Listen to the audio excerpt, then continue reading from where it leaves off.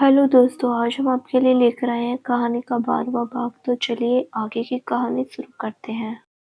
वो कमरे में इधर-उधर टहलने लगा, परंतु बेचैनी कम नहीं हुई। तो वो खिड़की पर आ गया और पर्दा सरकाकर खिड़की को खोल दिया। जनवरी महीने की बेहद सर्द रात थी।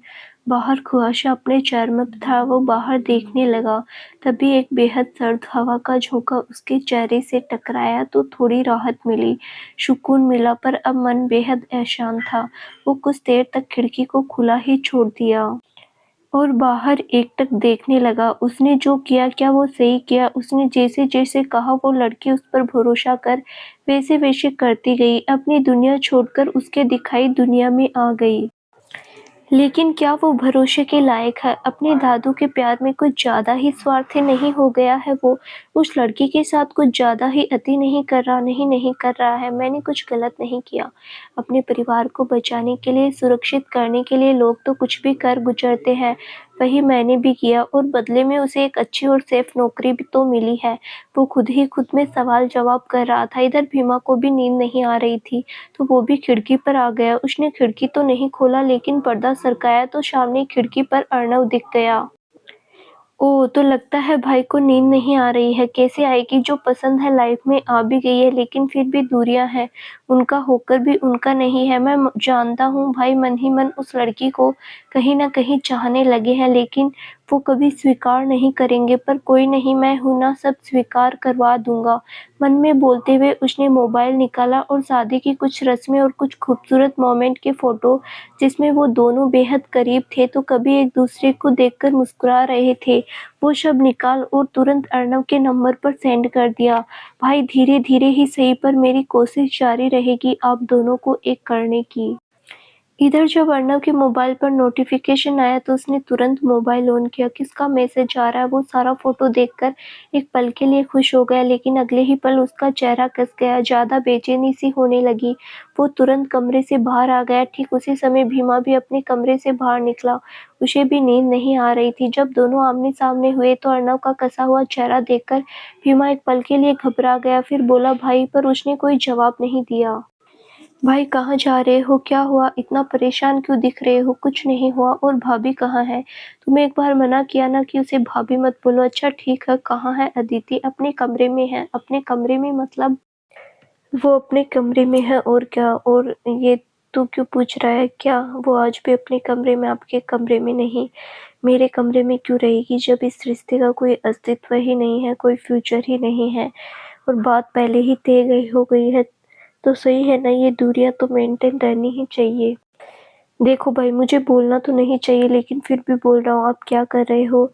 इतनी ज्यादती उस लड़की के साथ क्यों कर रहे हो? इतने बड़े बिजनेसमैन, जिसके बिजनेस रुतबा शोहरत का डंका देश से लेकर विदेश तक बजता है, उसकी सोच इतनी संकुचित कैसे हो सकती है? आप इतने स्वार्थी कैसे हो सकते हो? आपको अपनी जिद के आगे बाकी किसी के मन की भावनाओं की कोई कदर नहीं है। तुम कहना क्या चाहते हो? साफ साफ बताओ मुझे। उसका जबड़ा कस चुका था।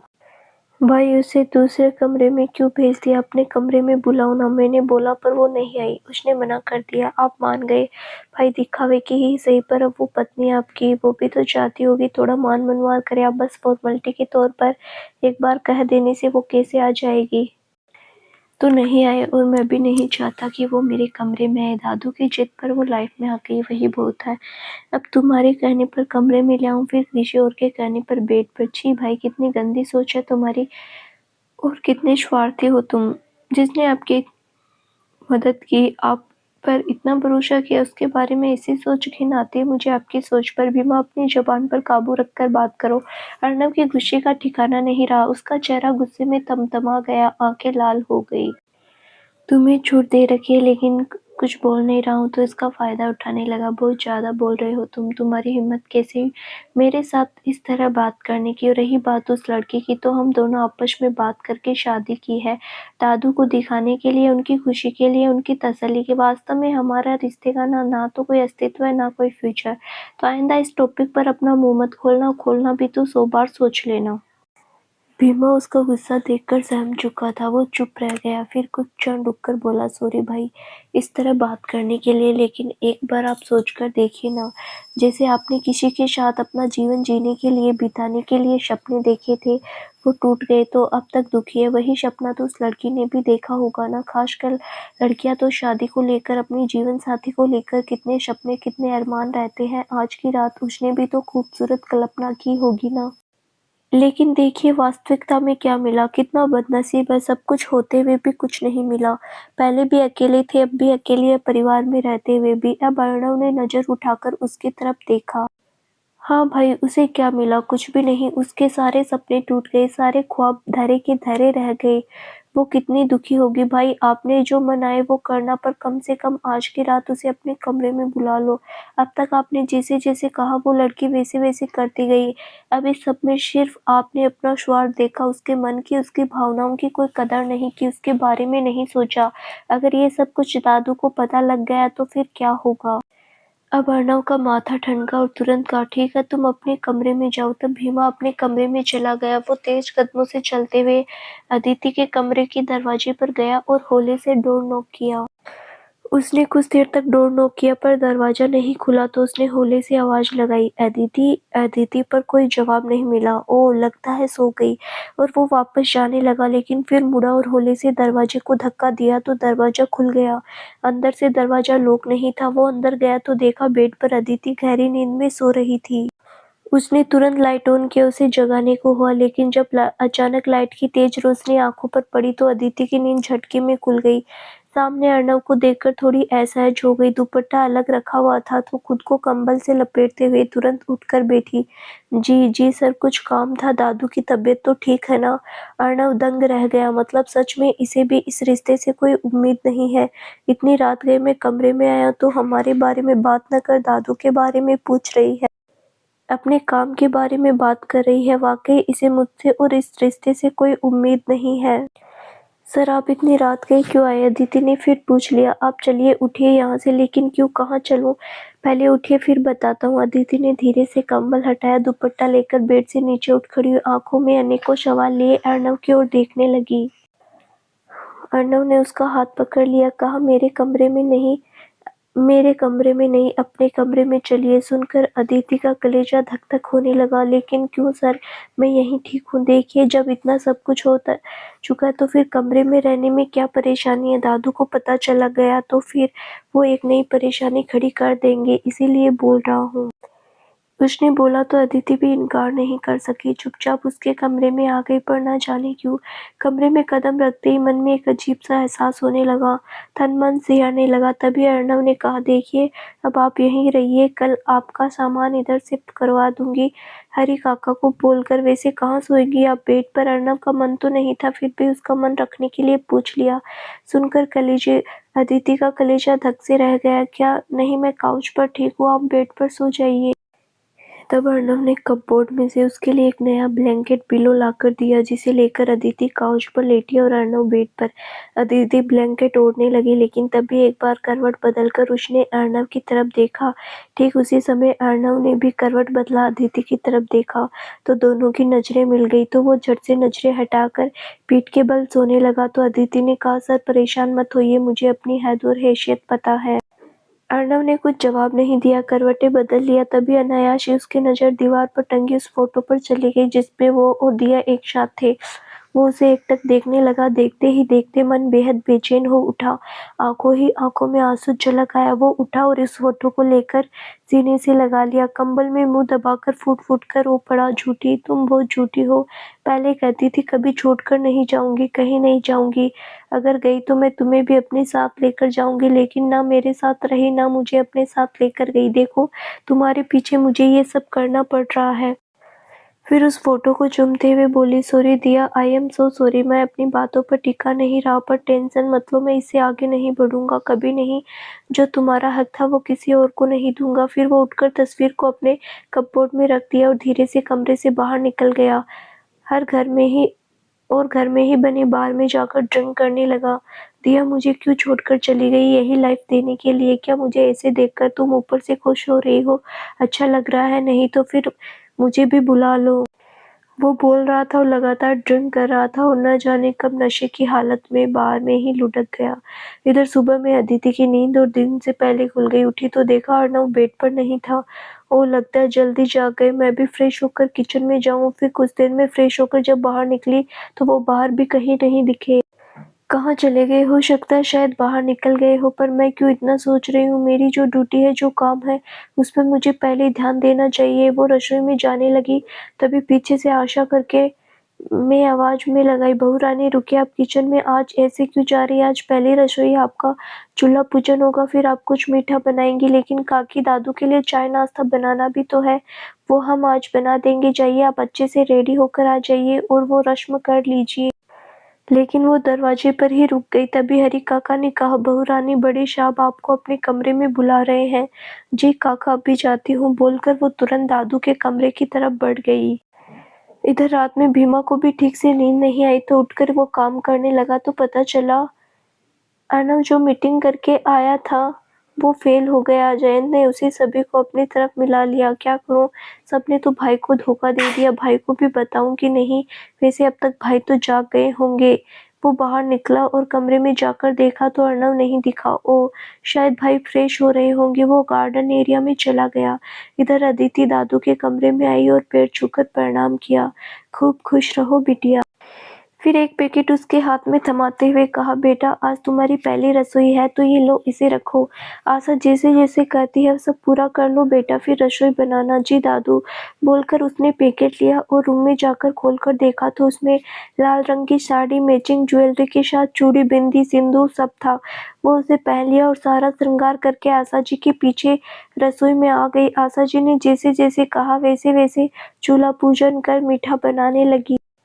वो हलवा बनाने लगे। अचानक याद आया, अर्नव ने कहा था मुझे चावल की खीर पसंद है। याद आते ही चेहरे पर एक बड़ी मुस्कान आ गई। फिर उसने दादू के लिए थोड़ा हलवा बना दिया और चावल की खीर भी बनाने लगी। ये देखकर आशा जी मुस्कुराने लगी। वाह बहू रानी, बहुत अच्छा। छोटे साहब को चावल की खीर बहुत पसंद है। और क्या क्या पसंद है? अदिति ने पूछ लिया। उन्हें तो घर का खाना सब कुछ पसंद है, सब कुछ खा लेते हैं लगभग, बस बैंगन करेला छोड़कर। तो वो हंस पड़ी। वैसे बहू रानी, आप सब कुछ बना लेती है, खाना पानी? तो अदिति ने हाँ में सिर हिला दिया। फिर बहू रानी, आप उनके पसंद का खाना बनाकर खिलाइए और उनके दिल पर राज कीजिए। सुनकर अदिति मन ही मन खुश होने लगी और आज का मेन्यू डिसाइड करने लगी।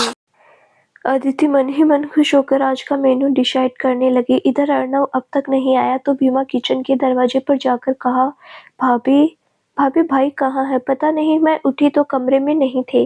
ठीक है, मैं कॉल करता हूँ। फिर कॉल ट्राई किया पर पूरा रिंग बजकर रह गया। अर्नव ने फोन रिसीव नहीं किया। उसे रात में हुई बातें याद आ गई। कलेजा धक से रह गया, कहीं भाई गुस्से में बाहर तो नहीं निकल गए। वो तुरंत बाहर निकलने लगा, लेकिन एक बार जी में आया कि घर में सबसे ऊपर बने बार में चला गया तो वहां अर्नव नशे में धुत दिखा।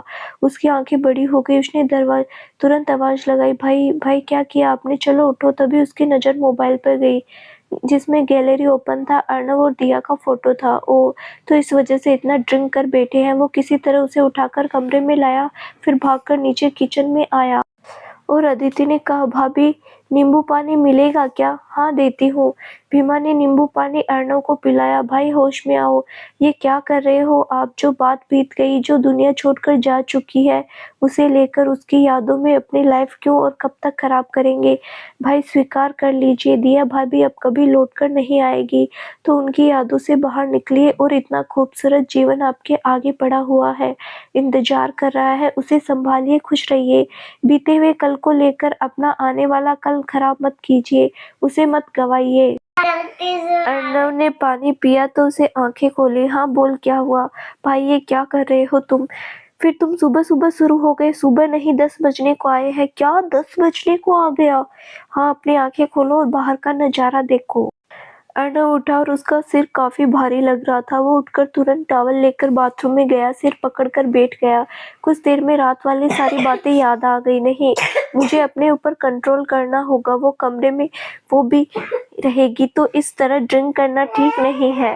वो फ्रेश हो गया और कमरे में भीम से कहा, भीमा ऑफिस जाना है, जल्दी से रेडी हो जाओ तुम भी। लेकिन भीमा नहीं दिखा और कमरे में वो बाहर निकला तो डाइनिंग टेबल पर दादू और भीमा नाश्ता करने के लिए बैठे थे। अदिति गरम-गरम आलू के पराठे परोस रही थी दही की चटनी के साथ। तभी अदिति की नजर उठाकर देखा तो अर्णव की नजर भी अदिति पर चली गई। एक पल के लिए देखता ही रह गया। लाल रंग की साड़ी और गहने मेकअप में बहुत ज्यादा खूबसूरत लग रही थी। वहीं व्हाइट फिट टी शर्ट और ग्रे पैंट पहने अर्णव भी बेहद अट्रैक्टिव लग रहा था। अदिति भी कुछ सेकंड तक देखती रह गई, फिर तुरंत कहा, मिस्टर सिंघानिया नाश्ता कर लीजिए। नहीं, मन नहीं है। अरे क्यों मन नहीं है? चलो बेटा, देखो कितना टेस्टी आलू का पराठा बना है, साथ में दही और ये चटनी गजब का स्वाद है। खाओ तो अंगुलियां चाटते रह जाओगे तुम भी। हाँ भाई बैठो ना, सिर्फ खाना मत तारीफ भी करना। वो सबसे पहले नेक निकालो चुपचाप, आज भाभी की पहली रसोई है। हाँ बैठो बेटा, दोनों ने कहा तो अर्णव चेयर खींचकर बैठ गया। तभी भीमा ने फिर टोका, भाई नेक तैयार रखना। अर्णव ने टेबल के नीचे से ही लात मारी। भीमा ने तुरंत अर्णव की तरफ देखा, मुंह बंद रखो अपना। तभी अदिति दादू और भीमा के लिए हलवा लेकर आती है, जिसे देखते ही देखते दादू की आंखें खुशी से चमक जाती। जोर से सांस खींचकर हलवा से निकल रही खुशबू को अपने नथनों में भरने लगते और उसके स्वाद का अनुमान लगा लेते। फिर झट से एक चम्मच मुंह में लेते हुए बोले, आहा कितना स्वादिष्ट हलवा, मन तृप्त हो गया। हमेशा खुश रहो, जुग जुग जियो। वही भीमा भी दिल खोलकर तारीफ कर रहा था, वाकई भाभी के हाथों में तो जादू है, कितना अच्छा खाना बनाती है। तो अर्णव ने आंखें छोटी कर उसकी तरफ देखा और कहा, भाभी के हाथ में सिर्फ जादू नहीं, अच्छे से देखो बेलन भी है, खाएगा? नहीं भाई, वो आपको मुबारक हो, आप भी खाओ। अरे चुपचाप खाओ ना, क्यों इतना बहस कर रहे हो? तो अर्णव दादू की तरफ देखते हुए, और दादू आप मैं देख रहा हूँ कुछ ज्यादा ही चटकारे लेकर खा रहे हैं। पिछले 2 दिनों से आपको नहीं लग रहा आपकी गुनी बहू के हाथों का बनाया खाना आपको नुकसान करेगा? इतना हेवी खाना डाइजेस्ट नहीं होगा आपको। अरे क्या हुआ, क्यों नहीं होगा, डाइजेस्ट होगा। दादू आपकी तबीयत। अर्णव अपनी बात पूरी करता उससे पहले दादू ने जोर से डांट दिया, चुप रहो, हमेशा तबीयत की याद दिलाकर बीमार फील करवाते रहते हो। पेशेंट बनाकर रख दिया है तुमने। अरे बरसों बाद इतना सुख मिल रहा है, स्वादिष्ट खाने को मिल रहा है, खाने दो ना। दादू मैं भी चाहता हूँ आप खाइए सब कुछ, लेकिन अपनी उम्र और सेहत भी तो देखिए। कुछ दिनों पहले ही आपकी तबीयत खराब थी, तो फिर इतना तेल घी हेवी खाना। अरे बेटा तू टेंशन क्यों ले रहा है, होगा सब डाइजेस्ट होगा मुझे, पर हाँ अगर तू नजर न लगाए तो। दादू भला मैं क्यों अपने नजर लगाऊंगा? अरे तू जिस तरह बोल रहा है मेरी थाली को देख रहा है, नजर तो लगना तय है। दादू क्या आप भी कुछ भी बोल रहे हैं? तब तक पीछे से अदिति अर्णव की थाली परोस कर ले आई। देखते ही देखते अर्णव के चेहरे पर मुस्कान आ गई। थाली में पराठे, चटनी और अचार के साथ एक कटोरी चावल की खीर भी रखी थी। देखते ही उसे एक बात याद आ गई, जब पिछली बार हलवा बनाते समय उसने कहा था मुझे चावल की खीर पसंद है, तब अदिति ने कहा आपकी पसंद ना पसंद जानने में इंटरेस्ट नहीं है। याद आते ही मन बोला, वाह इंटरेस्ट भी है और बना भी दिया। भाई देखकर मुस्कुराते ही रहोगे या खाओगे? अगर नहीं खाना तो हमें दे दो, हम खा लेते हैं। चुप, मुंह बंद रखो अपना। हलवा मिला है ना, खाओ उसे। नहीं भाई, हम हलवा के साथ खीर भी खा लेंगे। तभी अदिति एक थाली में एक और पराठा लेकर आई, 2 कटोरी में खीर भी दोनों के लिए। तो अर्णव ने कहा, और आपकी थाली कहाँ? आइए आप भी बैठ जाइए साथ में। ये सुनते ही अदिति चौंक गई। वहीं दादू और भीमा एक दूसरे की ओर देखने लगे। नहीं आप खाइए, मैं बाद में खा लूंगी। अरे बाद में क्यों, हमारे साथ ही खा लो ना, रसोई में जो भी काम है अब आशा काकी और हरी काका दोनों देखेंगे, आप बैठिए। अदिति जरा सकपका रही थी तो दादू ने कहा, हाँ बेटा बैठो, अब तुम बाद में नहीं, हम सबके साथ ही खाना खाओगी। हाँ भाभी बैठ जाइए, पति परमेश्वर की बात मत टालिए। पति परमेश्वर, ये शब्द सुनते ही जहाँ अदिति के मन में एक हलचल सी हुई ही अर्णव का कलेजा धक से रह गया। तुरंत धसका लगा, वो जोर जोर से खांसने लगा। तो अदिति ने झट से एक गिलास पानी उसकी तरफ बढ़ा दिया और पेट सहलाने को अपना हाथ उठाया, लेकिन फिर पीछे खींच लिया। आराम से भाई, और भाभी आप अपनी थाली लेकर बैठ जाइए, नहीं तो भाई को यूं ही धक्का लगेगा। लेकिन अदिति नहीं बैठी। जाने के लिए मुड़ी तो अर्णव ने उसकी कलाई पकड़ ली, जिससे अदिति सिहर उठी। आइए बैठिए आप भी। तब वो अपनी थाली लेकर अर्णव के बगल वाले चेयर पर बैठ गई। उसे सबके साथ डाइनिंग टेबल पर खाने में जरा संकोच हो रहा था। पहले कभी अदिति भी नहीं रही, अपने चाचा के घर पर भी वो सारा काम करती थी, सबके पसंद का खाना भी वही बनाती थी, लेकिन उसने कभी सबके साथ बैठकर नहीं खाना खाया। चाची ने खाने ही नहीं दिया, इसीलिए वो सबसे पीछे खाती थी, अकेले जमीन पर बैठकर। अर्णव ने एक बार उसकी तरफ देखा, फिर एक बाइट लिया, उसकी तरफ बढ़ा दिया। ये देखकर अदिति चौंक गई। आप खाइए ना, मैं खा लूंगी। अरे तुमने बनाया तो पहले तुम खाकर देखो कैसा बना है। लेकिन वो मुंह नहीं खोल रही थी। आप खाइए ना, मैं खा लेती हूँ। लेकिन अर्णव नहीं माना तो उसने खा लिया। अच्छा बना है तो अदिति ने हाँ में सिर हिला दिया। तभी अर्णव ने एक चम्मच खीर उठाई और कहा, इसे भी खाकर देखो ये कैसी बनी है। अदिति की आंखें बड़ी हो गई, उसे शर्म आ रही थी। उसने एक नज़र दादू और भीमा की तरफ देखा, फिर खा लिया। बहुत अच्छी बनी है, ठीक है अब मैं खाऊंगा इसे। ओहो दादू, देखिए भाई का प्यार, देखिए किस तरह हमारे सामने बहाने से जताया जा रहा। कैसा बना? हमने कहा तो इन्हें यकीन नहीं हुआ, हम पर से विश्वास उठ गया क्या? भाई अपनी बकवास बंद कर, चलो ऑफिस के लिए रेडी हो जाओ। अभी कुछ दिनों तक सिर्फ भीमा जाएगा, तुम ऑफिस नहीं जा रहे हो। लेकिन क्यों दादू, हर बात मुझे तुम्हें समझानी पड़ती है, तुम इतने नासमझ तो नहीं। अरे कल खन्ना आ रहा है, बहू की पगफेरे की रस्म अदायगी के लिए। दादू अब ये कौन सी रस्में हैं? जो भी है पूरा कर लो फिर कहीं जाना। लेकिन दादू अदिति जाएगी तो मैं क्या करूँगा वहाँ जाकर? शादी के बाद ये रस्में होती है, ये भी पूरा करना जरूरी है। तो चुपचाप जाओ और बहू को अपने साथ लेकर ही आना। बात में समझ आई तो अब कोई ज्यादा बहस करने की जरूरत नहीं। मैं बहस नहीं कर रहा हूँ, बस अपनी बातें रख रहा हूँ। मैं ये रस्म निभाने नहीं जा रहा। बोलते हुए अर्नव टेबल से उठा, टीवी ऑन कर दिया तो हर चैनल पर उसकी शादी की न्यूज दिखा रहे थे। आदित्य एंड सन्स ग्रुप का इकलौता वारिस अर्नव सिंघानिया ने आखिर मूव ऑन कर लिया, अपने बैचमेट से शादी कर ली। अर्णव समझ गया दादू ने सब जानबूझकर किया। तभी भीमा ने कहा, भाई मुझे आपसे कुछ जरूरी बातें करनी है, पर उस सबसे भी ज्यादा जरूरी बातें मुझे करनी है। 2 मिनट बैठो। दादू ने कहा तो दोनों बैठ गए। फिर उन्होंने अदिति को भी बुलाया। अपने पास रखे एक बैग में से काफी पुराने डिजाइन का हार निकालकर अदिति को देते हुए कहा, बेटा ये लो तुम्हारा नेक।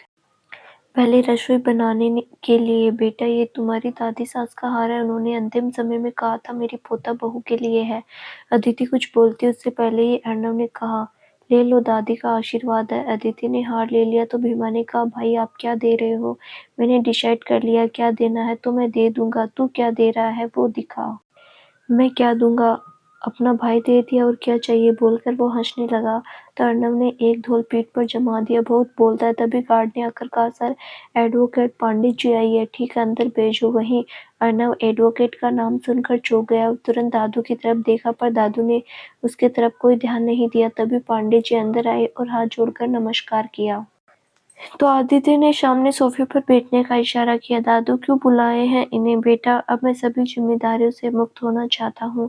तुमसे जो मैंने सब ले लिया था वो सब वापस लौटाने का समय आ गया है। अपनी सारी प्रॉपर्टी अब तुम संभालो। लेकिन दादू अभी क्यों? क्योंकि यही सबसे उचित समय है।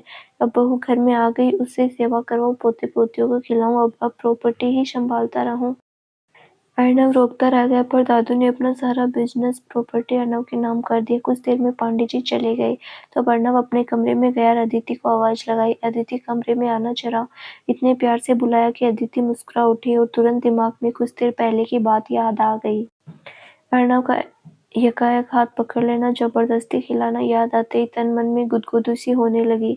वो जब कमरे में गई तो अर्णव ने बेड पर बैठने को कहा, लेकिन वो बेड पर ना बैठकर काउच पर ही बैठी। तब अर्णव पास आकर बोला, खीर बहुत अच्छी बनी थी, थैंक यू मेरी पसंद याद रखने के लिए और बनाने के लिए भी।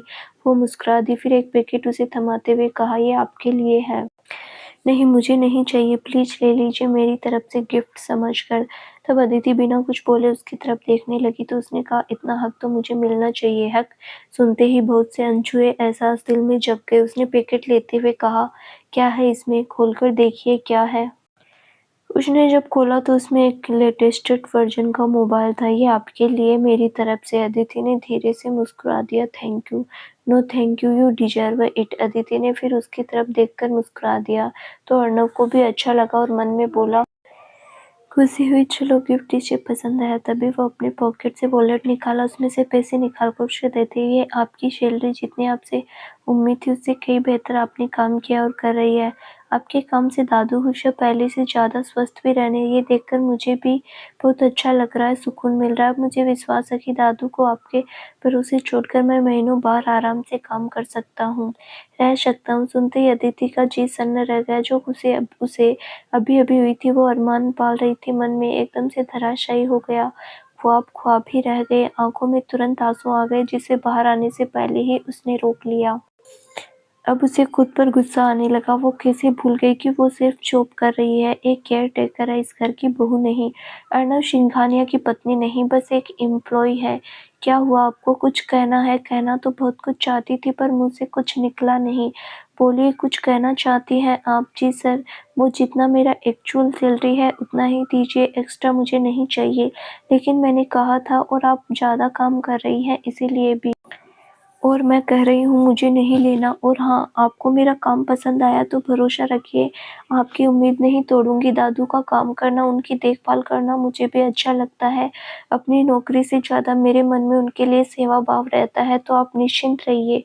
बोलकर वो उठ गई। फिर मोबाइल को वापस पैकेट में रखते हुए कहा, ये मोबाइल भी नहीं चाहिए मुझे, कोई ज़रूरत नहीं इसकी। अर्नब के दिल में हुक सी उठी। तुरंत कहा, अरे पर मैंने गिफ्ट दिया है।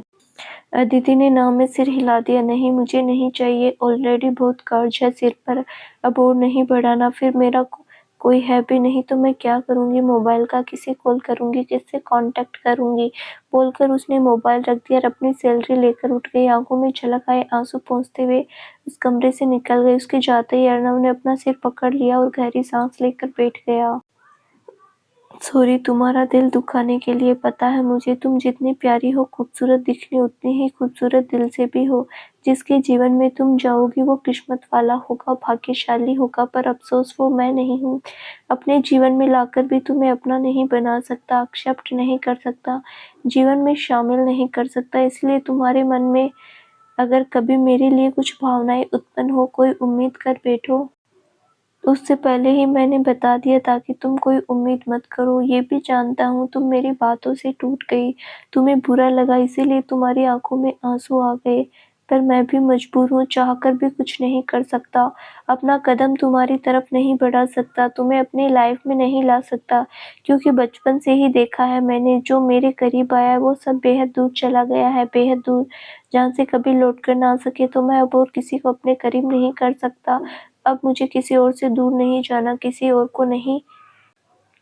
को नहीं खोना। मन में बोलते हुए उसने मोबाइल लिया, वापस कपबोर्ड में जाकर रख दिया। एक्स्ट्रा पैसा भी अपने वॉलेट में रखकर कपड़ा पहनकर बाहर निकला और भीमा के साथ कार में बैठकर ऑफिस के लिए निकल गया। जी में आ रहा था कि एक बार जाकर अदिति से मिल लूं, पर उसके सामने जाने की हिम्मत नहीं हुई, इसीलिए चुपके से निकल गया। दादू से भी नहीं मिला। कार में कुछ देर तक गुमसुम बैठा था, दिमाग में अदिति ही घूम रही थी। तभी भीमा ने कहा, भाई एक बुरी खबर है। क्या भाई? वो सारे इन्वेस्टर जेन्स के साथ काम कर रहे हैं, उसने सबको अपनी तरफ कर लिया है क्या? ये तुम्हें कब पता चला? कल रात को तो बताया क्यों नहीं? कैसे बताता, नशे में धुत थे।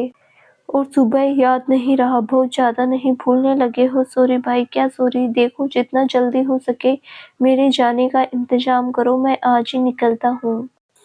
और फिर वो लैपटॉप निकालकर खुद ही टिकट देखने लगा और रात का टिकट बुक कर लिया। भीमा, जी भाई, मैं आज रात को ही निकल रहा हूँ, तुम मुझे ऑफिस छोड़कर वापस घर जाओ और मेरा बैग पैक करके ले आओ। ठीक है भाई, पर अगर दादू पूछेंगे तो मैं बात कर लूँगा दादू से। और भाभी, सॉरी अदिति, उसे बताना ज़रूरी है? नहीं भाई, ठीक है बता देना, उसे कह देना कि मुझे आने में समय लग जाएगा, तो दादू का खास ध्यान रखे। ठीक है भाई, और हाँ, रोज़ घर का एक चक्कर लगाते रहना। जी भाई। फिर भीमा ने अर्नब को ऑफिस में छोड़ा और वापस आ गया। फिर भीमा घर पहुंचा, अर्नब के कमरे में जाकर बैग पैक करने लगा। दादू अपने कमरे में देखा तो देखा नहीं, अदिति ने देखा भी तो कुछ पूछा नहीं। इधर जयंत ने मीडिया में अदिति अर्नब की शादी की खबर सुनी तो ठहाके लगाकर हंसने लगा। साला किस्मत का बहुत धनी है, एक बेबी छोड़ के गई तो दूसरी भी आ गई, और वो भी कितनी ब्यूटीफुल है। कोई नहीं, इसे कुछ नहीं करूंगा, तुम इसके साथ अपनी लाइफ एंजॉय करो, इधर मैं तुम्हारे बिजनेस पर ऑक्यूपाई करता हूँ। तुम्हें क्या लगता है तेरे बाप ने जो मेरे बाप के साथ किया उसका बदला मैं इतनी जल्दी भूल जाऊंगा, इतना जल्दी पीछे हट जाऊंगा, हार मान लूंगा? नहीं, कभी नहीं। तुम्हें कहीं का नहीं छोड़ूंगा, बर्बाद करके रहूंगा, यही मेरा लक्ष्य है। इधर सबके कहने पर न्यू दिल्ली में तो आ गया था, पर यहाँ भी इसका पढ़ने में मन नहीं लग रहा था। महीनों बीत चुके थे, लेकिन अभी भी वो एग्जाम पास नहीं कर पा रहा था। दिन रात दिमाग में कहीं न कहीं अदिति घूमती रहती थी। इस सोच में रहता था कि शायद वो कहीं दिख जाए, मिल जाए। वो कहीं नहीं दिखी। धीरे धीरे दोस्तों को भी पता चल गया तो वे सब भी मजाक बनाने लगे। भाई तो स्ट्रेस्ड तो है ना? कोई प्रॉब्लम तो नहीं, कोई कमी तो नहीं तुम्हें? आखिर शादी से पहले ही लड़की भाग गई, क्या मतलब हो सकता है इसका? अरे कमी नहीं कमजोरी है अंदरूनी नींव भाई अच्छे से इलाज करवाना अपना वरना कोई मिलेगी नहीं। कुछ इसी तरह से सभी मजाक उड़ाते। एग्जाम पास नहीं कर पा रहा था तो माँ बाप भी नाराज रहते, हमेशा चिढ़े रहते, ताना देते रहते। कुछ दिनों तक तो वो टालता रहा, इग्नोर करता रहा, लेकिन मन में धीरे धीरे नेगेटिविटी भरने लगी। अब वो ड्रिंक का सहारा लेने लगा था। उसके जो साथ पढ़ने वाले साथी थे सबने बहुत समझाया पर सब उसके सर के ऊपर से गया तो कितने ही पढ़ने वाले दोस्त ने उसका साथ छोड़ दिया। इधर नीति भी परेशान थी। 6 महीने से ऊपर हो गए थे। अब तक अदिति का कोई अता पता नहीं था। कोई कांटेक्ट नहीं, कोई कॉल मैसेज नहीं। हे भगवान वो कहाँ है? इस दुनिया में है भी या नहीं? नहीं मैं ऐसा नहीं सोच सकती। वो है और कहीं सुरक्षित है, अच्छे से है, खुश है, लेकिन कहाँ? अगर सुरक्षित है तो उसने मुझे कांटेक्ट क्यों नहीं किया? यही सब सोचकर वो अक्सर अपनी माँ से बहस कर लेती। उसके गायब होने का इल्जाम माँ के सिर मढ़ती थी, जिस वजह से दोनों माँ बेटी में अक्सर बहस हो जाती। अब उसकी भी कॉलेज की पढ़ाई पूरी हो गई थी तो ज्यादातर समय हॉस्पिटल में ही रहती, काम करने में बिता देती। अक्सर हॉस्पिटल में आने जाने वाले लोगों से अदिति का फोटो चुपचाप दिखाकर उसके बारे में पूछ लेती। कई बार तो वो स्टेशन भी गई, कितने ही बस वालों से पूछा भी कि ये लड़की आपके बस में बैठी थी, पर कोई खोज खबर, कोई पता नहीं चलता और उदास होकर अपने घर लौट जाती। इधर रात में डाइनिंग टेबल पर दादू ने अर्नव के बारे में पूछा तो अदिति ने कहा अब तक ऑफिस से नहीं आए हैं। इस लड़के में यही सबसे बड़ी कमी है, काम के चक्कर में भूल जाता है कि अपना घर परिवार भी है। अब कल बात करता हूँ उससे। इधर अर्नव रात को फ्लाइट में बैठ गया। टेक ऑफ से पहले दादू को फोन किया। दादू मैं काम के सिलसिले में कुछ दिनों के लिए बाहर जा रहा हूँ। लेकिन क्यों?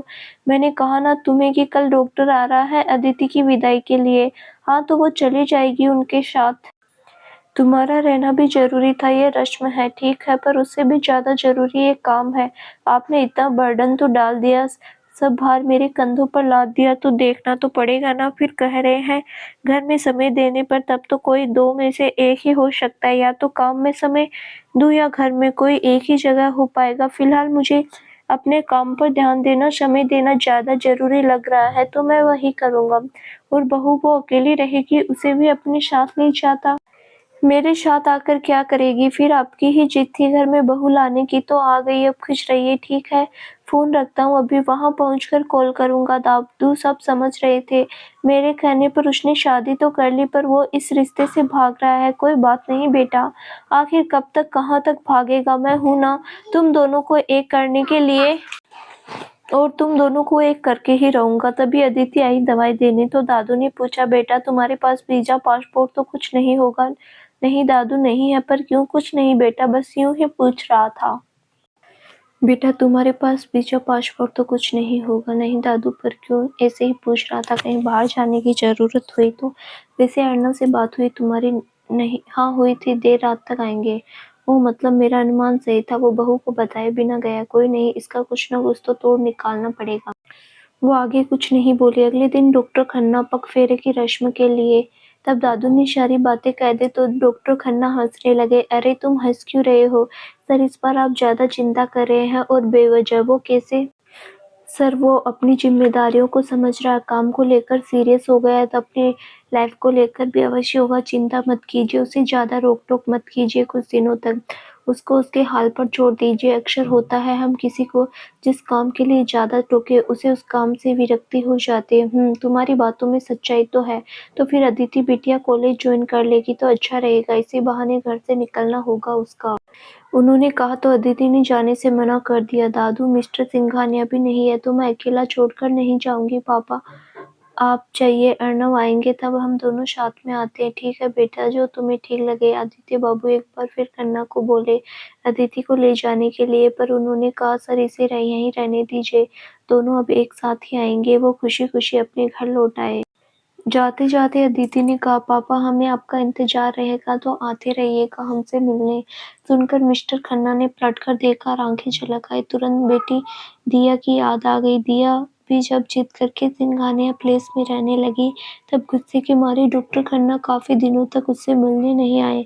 फिर दिया के बार बार कहने के बाद जब वो उससे मिलने आए थे तब जाते समय उसने यूं कुछ कहा था, पापा आते रहिएगा, मुझे बहुत खुशी होगी, अच्छा लगेगा। पापा आपको बोल रही हूँ कहाँ खो गए? मैंने कहा बीच बीच में आते रहिएगा।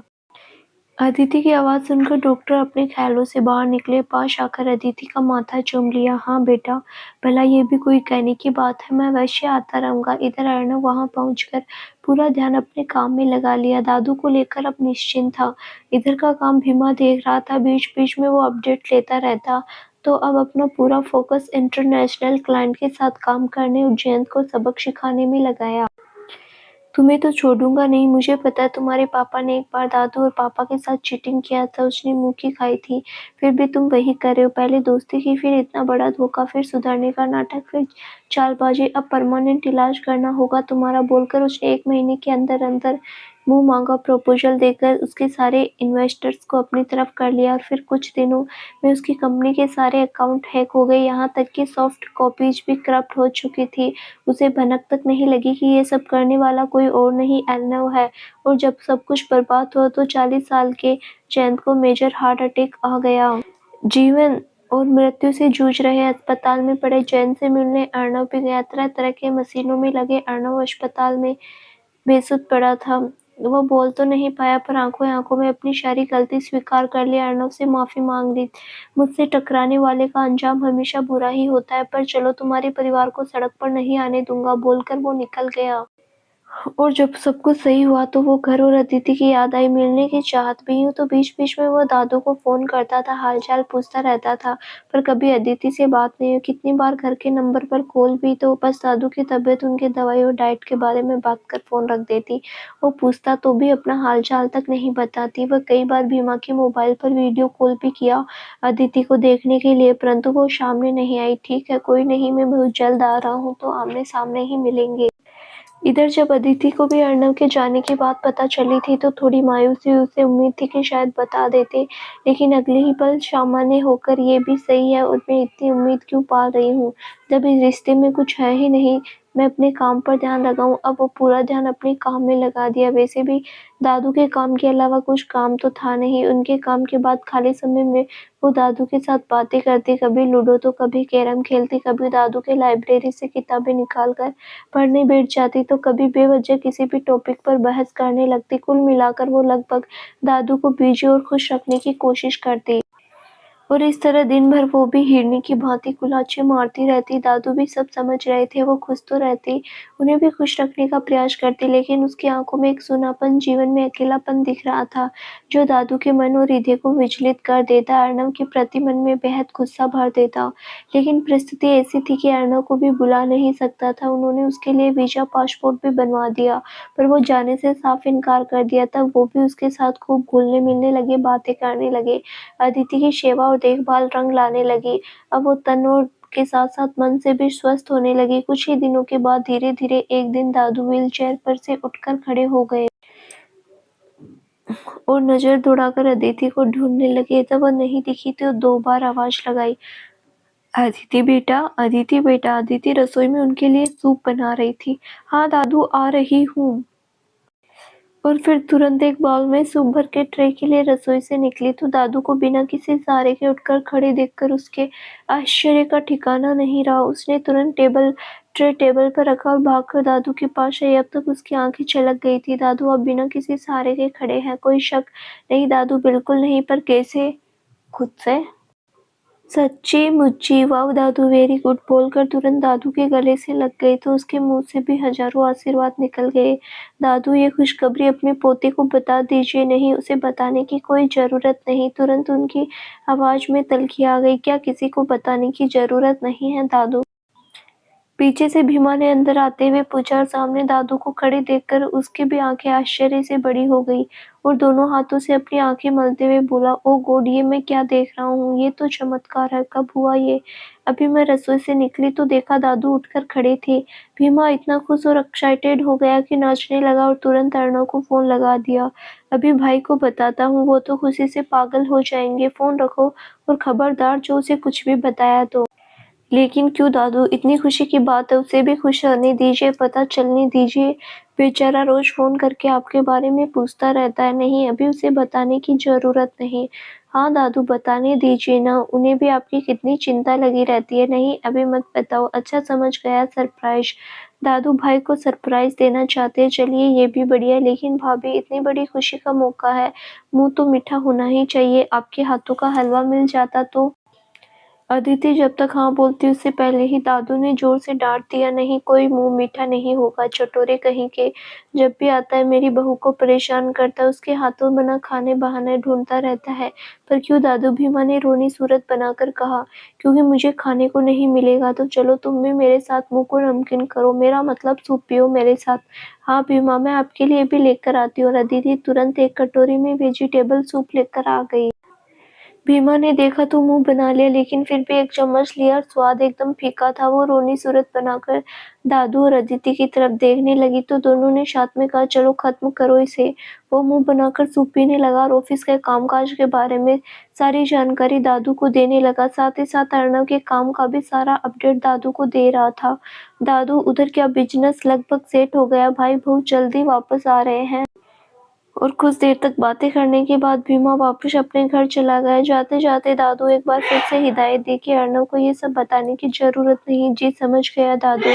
इधर अदिति जूठे बर्तन उठाकर रसोई में जाकर रखने गई। तब तक दादू अपना चप्पल पहने और छोटे छोटे कदम से इधर उधर करने लगे। पिछले 3 महीने से व्हील चेयर पर थे तो अचानक जब चलने लगे तो वो तेज कदम नहीं बढ़ा पा रहे थे। बर्तन रखकर जब अदिति वापस रसोई से निकली तो दादू को चलते देखकर उसके आश्चर्य का ठिकाना नहीं रहा। उसे अपनी आंखों पर यकीन नहीं हो रहा था। वो भागकर गई, तुरंत दादू का हाथ पकड़कर बिठा दिया। दादू, एक साथ इतना चलने की जरूरत नहीं। दादू बैठ गए और हौले से मुस्कुराने लगे। अदिति वापस रूम में गई और अपना मेडिकल किट उठाकर ले आई और दादू के पैर को चेक करने लगी। अचानक दादू का पैर कैसे ठीक हो गया? वो मन ही मन बोल रही थी, क्या हुआ बेटा, क्या चेक कर रही हो? दादू, आप यकायक चलने लगे? हाँ तो दादू, मैं सोए एक बार ऑर्थोपेडिक को बुलाकर आप चेकअप करवा। पर बेटा क्यों? अब तो ठीक हूँ, चलने लगा हूँ। हाँ ठीक है, पर मुझे थोड़ा डाउट लग रहा है। इसीलिए क्यों डाउट हो रहा है? मुझे चलते देखकर अच्छा नहीं लग रहा है। दादू, कैसी बातें कर रहे हैं? बहुत खुशी हो रही है, पर आपके पैर की हड्डियां सारे मसल्स ठीक नहीं है, बस इसीलिए बोल रही थी। नहीं बेटा, उसकी जरूरत नहीं, मैं ठीक हूँ। अगर मुझे ऐसा कुछ लगेगा तो बुला लेना। ठीक है दादू। अब दादू धीरे धीरे चलने फिरने लगे थे तो अदिति का भी काफी समय बचने लगा। तब एक दिन दादू ने कहा, बेटा दिन भर घर में रहती हो, अगर बाहर जाना है, कुछ शॉपिंग वगैरह करना है तो चले जाओ, मैं भीमा को बोल देता हूँ, लेकर चला जाएगा वो। शॉपिंग तो नहीं करना है, पर आसपास अगर कोई मंदिर हो तो मैं चली जाऊंगी। हाँ बेटा, यहाँ पास नहीं कुछ दूरी पर शंकर और पार्वती जी के मंदिर है, जाना है तो दर्शन करके आ जाओ। मैं भीमा को बोल देता हूँ। नहीं दादू, मैं चली जाऊंगी। और फिर सारा काम खत्म कर मंदिर चली गई। महीनों बाद घर से बाहर निकलकर उसे अच्छा लगा। कुछ देर तक मंदिर के प्रांगण में बैठी और वहां आते जाते लोगों को देखती रही। फिर शाम होने से पहले घर आ गई। इधर जब सही हो गया तो अर्णव को अदिति की याद आई। वो बेड पर पेट के बल लेट गया और मोबाइल निकालकर शादी की सारी तस्वीरें एक-एक कर देखने लगा। जयमाल से लेकर कन्यादान और सिंदूरदान, मंगलसूत्र, फेरे हार, रस्म की फोटो देखने लगा। अब वो दूरियों की वजह से हुआ था, वाकई उसे अदिति से लगाव हो रहा था, पता नहीं। पर पहले जब भीमा ने फोटो भेजा तब वो नाराज हो गया था, लेकिन बाद में उसने खुद ही शादी की सारी तस्वीरें उसे भेजने को कहा। अब वही फोटो को देखकर चेहरे पर बड़ी मुस्कान आ रही थी। अचानक ही अपना हाथ अदिति के चेहरे पर फिराते हुए मन में बोलने लगा, कितनी प्यारी लग रही है, कितनी खूबसूरत। लेकिन अगले ही पल चेहरे पर थोड़ा गुस्सा आ गया। जो भी है, पर लड़की जिद्दी बहुत है। एक बार कॉल तक नहीं किया, कभी बात नहीं की, कितना पूछा लेकिन अपने बारे में हालचाल तक नहीं बताया। कोई नहीं, चलो आने दो मुझे, फिर बताता हूँ, देखता हूँ कैसे सामने नहीं आती हो। तो दोस्तों, आगे क्या होगा जानने के लिए इस कहानी का अगला भाग जरूर देखिए, जो बहुत जल्द ही इस चैनल पर प्रसारित किया जाएगा। धन्यवाद।